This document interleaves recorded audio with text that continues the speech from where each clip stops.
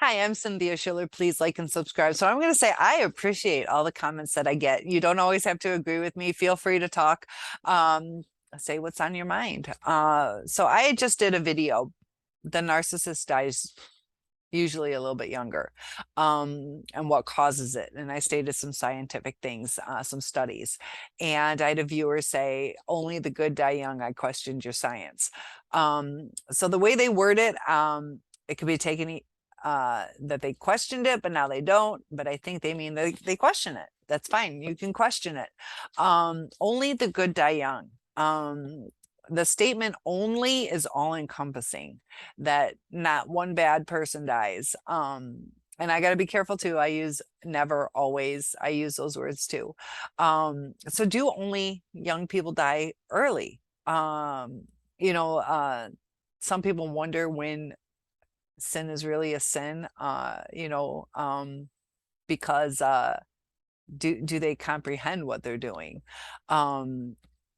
It goes to the intent and things like that. So we'll just say teenage years, because they should be able to comprehend between right and wrong. There are a lot of young people that die. Only the good die young. I disagree with that. It is an all-encompassing word. I don't know if you mean it all-encompassing to my viewer, but it's sad, the suicide rate. Some are your sweet children that have been bullied. Others feel entitled. They don't get what they want, so they get really sad. um you know where things blow up in their face, or accidents can happen to good or bad people. I've seen that happen with teenagers dying. We all sin in some way. So none of us are perfect. So only the good. There are some good people out there, but there are no perfect people. And it's hard to comprehend. Also too, you look at it, the young haven't had as many opportunities to sin. The older you are, the more opportunities. So I base this on scientific evidence from a saliva swab, the evidence that they got off of that. It's a difference between men and women. I stated my thoughts. I didn't state it as fact on why I think it's more men, why men that are narcissistic have a higher stress as opposed to female narcissists. Also, it's more related to stress. The narcissist is in a constant state of stress. We kind of go through that too. We strive to become healthy again. The narcissist doesn't become self-aware very often, so they're constantly doing the same thing. They're constantly in that state of high adrenaline, and when they're at rest, their brain goes into overdrive. That's why they try to rewire their brain, or soothe. That's why when they drink, it soothes some of that overactivity of the adrenaline. That's a fight or flight. They're hyper vigilant about what's going on in their brain, subconsciously, but their brain is hyper vigilant. And they're always looking around for threats. A lot of their threats are misinterpreted. They're not real threats. They create scenarios to fight, to soothe. It's odd how they do it, to manipulate, to soothe. It calms them. And if they can't do that, they're in a stress state. Triggers will cause them to go in a stress state, and their stress is more intense. Their reaction to it, their adrenaline flow, because we have coping skills. So it was based on, I should have been a little bit more specific, or reiterated that science is based on the stressors. It can happen to us. It can happen to the good or bad people.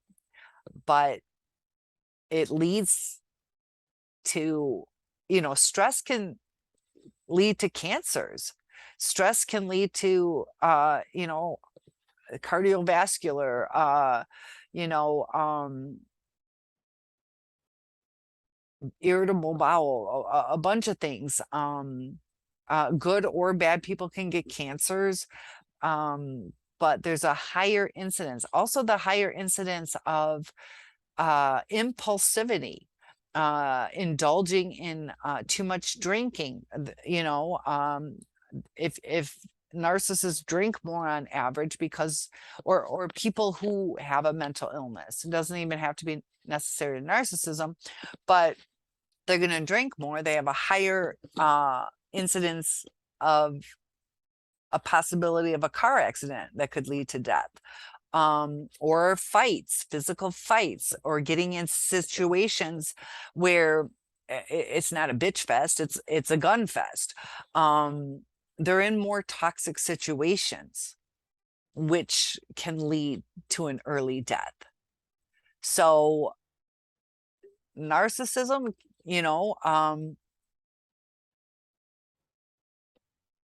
have higher incidences of fighting. You can bleed out, you can have fractures that pierce your lungs, things like that. So the study that I did was related to the stressors, but there's also more things about, uh, drinking and driving and indulging in um, uh, drugs, sexual activity, more promiscuity, which can lead to, you know, spreading diseases. And some people, if you're with another person who doesn't handle it the right way, sometimes that can lead to murder. It can lead to, even just simple things like a pregnancy. Female, narcissists can get pregnant too. If they're more promiscuous, they have a higher incidence of possibly getting pregnant. It used to be 1 in 3 women would die, or 1 in 3 pregnancies would lead to a death back in the olden days. We're getting better with that, but there's still a risk. It's just more opportunities for things to go wrong. And my science was based on the stressors on the body. So thank you for that comment. I'd like you guys to comment below. Is it only the good that die young? Sometimes too, we think about, it kind of touches our heart when a good person is gone. But my grandpa lived till 98 and a half, just recently passed away. That's a long time. He was a good person. But we think about the good dying young because we need more good people. And we got to be careful too for ourselves, because we're going through some of the stressors that were put onto us. And it can cause us to have health issues. I've had some of my viewers where they're like, once I was free, they no longer had irritable bowel or sleepless nights. Sleep deprivation can start playing havoc on our bodies. It can also cause more accidents if you're not as alert. And, narcissists argue a lot. There's a lot of unsettled nights where, for both of us, but I appreciate that comment. You do not always have to agree with me. I'd love to hear some science that you have. Do only the good die young? I haven't seen it that way.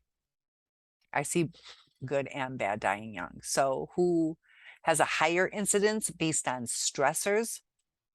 The evidence that they've done, the research that they've done is showing a higher incidence. Now, I stated in that video that it was 106 people that they studied that had narcissism. compared to the control group. So it's not the largest study out there. And that's the thing with the studies that we go through. Depends on certain control things, depends on what area of the world, depends on a lot of different things.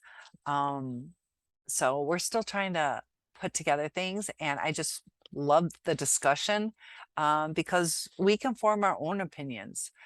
And the more information we have, the better knowledge we'll have to make decisions on what we believe. So feel free, blow up my channel with your information and utilize mine to either counteract it or accept it or delve in deeper, or to stimulate my mind where you say something that triggers me to do more research. So thank you for that comment. Feel free to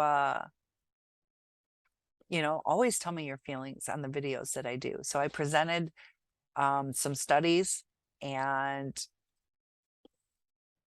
it's one that kind of stood out where it kind of makes sense. The stress that I've seen with narcissists, the way they handle things, they get really worked up. I was in these relationships, but looking from the outside in, my best friend is with somebody who, I'm not a clinician, but really seems narcissistic. And the intensity when they have their arguments, who's about to lose their cool, who I hear him, I talk to her on the phone, and she handles it different. I mean, she will cry, she will get frustrated, but he loses his cool. And luckily she maintains composure. She's affected by it, but the amount of adrenaline, you can feel the intensity, the anger, the unsettled, the unpredictable, when he responds. And it's usually instigated by him. So it's usually something brewing, and it's over little things. So who's getting that, toxic levels of adrenaline? You can only, we're not made to be in that constant state. It's not healthy. There's a physiological response. Our eyes dilate. You can, have you ever had a cop behind you where all of a sudden you're like, am I getting a ticket? I don't know about you guys. I get this like wave. It's kind of like painful. It's like this wave. It's like this adrenaline.